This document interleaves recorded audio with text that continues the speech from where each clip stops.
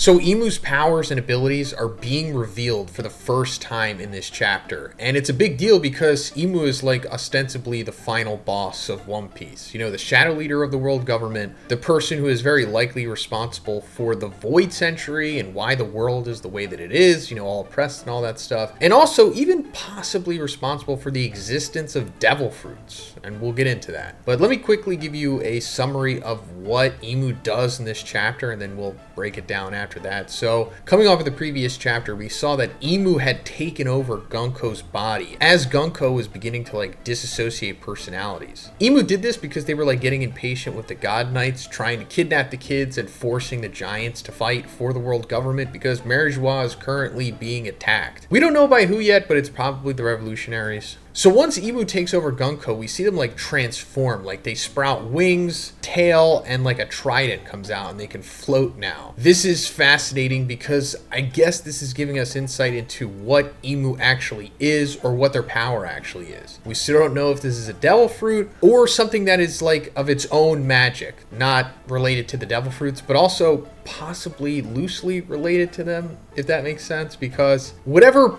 power or magic that allowed the devil fruits to be born possibly is analogous to what Imu is doing with this devil stuff or the power of evil. I talked about this before, but if you look at the mural on the Atom Tree that depicts like the Void Century and even before the Void Century, allegedly, we see like these two creatures. Like one is like a horned dragon, which I guess that's implied to be before the Void Century, and then we see after there's like this big humanoid like devil type individual fighting everyone. And it's very possible that that person is Imu, but it's also possible that Imu was even, I don't know, before that time, or Imu's ancestor was, because we see this person on the right of the mural with the little crown beneath like the dragon. So my hypothesis at least is that this dragon thing is the devil that is being referred to here with Imu's powers. And then somehow that creature got reverse engineered into whatever Imu's power source and abilities are right now. Just taking a guess.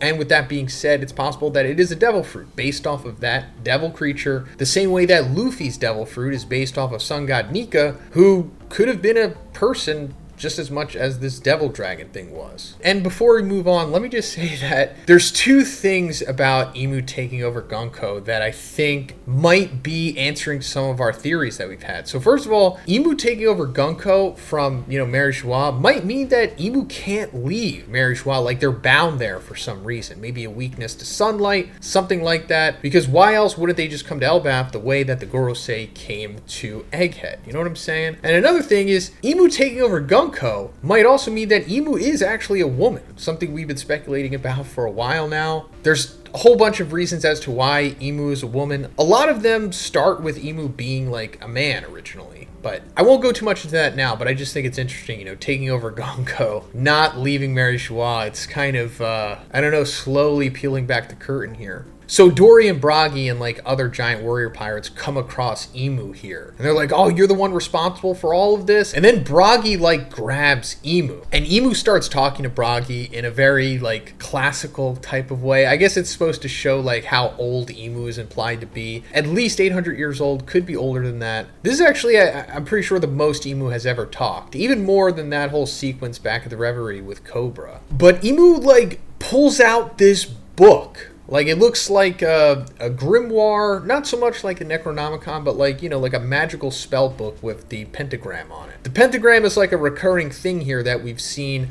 originally when Saturn like transformed at Egghead, but now this is like Imu's thing. This is a part of whatever magic they're using here, or powers or whatever. And it looks like they're pulling the book through the abyss, kind of, you know, that teleportation thing that they do. And what Imu does here is like declares that Dory and Bragi are going to be the new kings of Elbaf. Like, they're going to take over ruling this place because Imu essentially believes that they've already won. And of course, Bragi protests this, and Imu like pulls a dagger and a gigantic like double-barreled handgun shotgun thing out of this book, and they're like, thou shalt not remain in that form, and stabs Bragi in the hand. like letting Imu go, and then just blows his hand off at the wrist with the giant double-barreled gun thing. I don't know what to make of this. Pretty interesting. I don't know if this is like a part of a ritual that Imu has to do to make the individual become like a demon devil monster transformation thing that they can do here, because that's what Imu does. After this, she turns Bragi and Dory into red Oni and blue Oni, or at least I think that's the title that she gave them. They could change in various translations, but that's more or less what's happening here. So I don't know if this book is coming from like a devil fruit ability, or this is just a part of the umbrella magic of whatever this devil stuff is. Either way, pretty cool. You kind of have like your own little pocket dimension. You can pull out whatever problem solver you need, I guess. Again, I don't know if the knife is needed for the ritual, or that was just to let Bragi go of her. I don't know. But then Imu does the transformation thing by activating like this pentagram seal and says, in exchange for a fleeting span of life, thou shalt receive an immortal body and prodigious strength. Under Mu's dominion, thou art bound by neither logic nor reason. For the demon is the very form existence was fated to assume. Fascinating stuff here.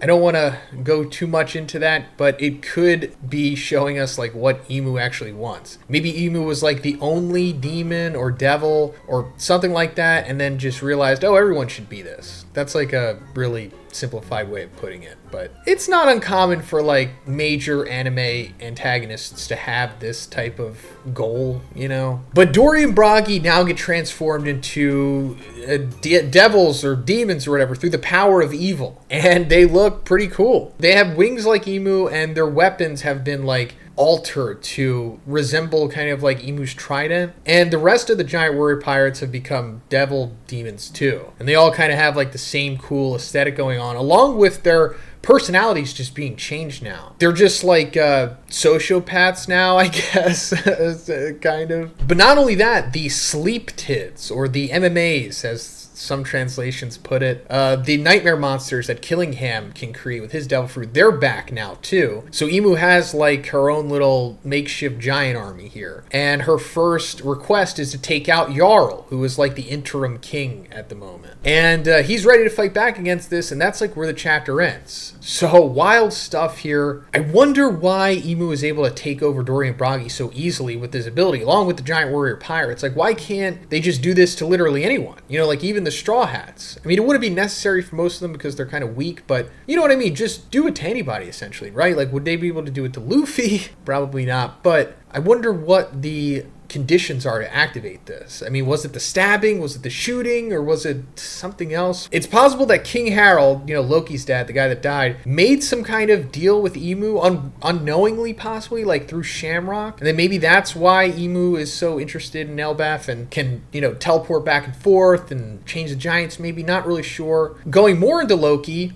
I talked about this before too, but I want to go more into it now. It's very possible that Imu might do this to Loki, and Loki becomes like, you know, devil mode, and then that's Luffy's big fight in this arc. I think that would be incredible because it would achieve a nice balancing act. First, it would give us Loki versus Luffy, which we're all clamoring for, or at least I know that I am. I really want that fight. But, you know, Loki's weakened right now, so a good way to protect him, I guess, is to have Imu buff him up with the devil steroids while still being weak, so it would be like a band-aid, and then he could fight against Luffy Gear 5, and he would definitely push him at that point. We don't know how much stronger you get from Imu's power up here, but I'm assuming it's pretty substantial. So somebody who is already substantially strong the way that Loki is, getting that power up would definitely be a great test for Gear 5 Luffy. Aside from that, I guess Luffy would be fighting Imu Gunko, right? I mean, at least meeting them. That kind of needs to happen since, you know, like we talked about, Imu is the final boss of the series and, you know, Luffy's Luffy. So they eventually have to meet, and if they meet here, that would be incredible. You know, because Luffy has the Sun God Nika Devil Fruit, and Imu has history with that, and the Straw Hat and all that stuff. So there's a lot that could be said from Imu, but they probably won't say too much. They'll probably be cryptic about it. But let me know what you thought about this chapter in the comments, guys. If you liked the video, please give it a like, and please subscribe if you haven't already. Have a great day, and I'll see you in the next one.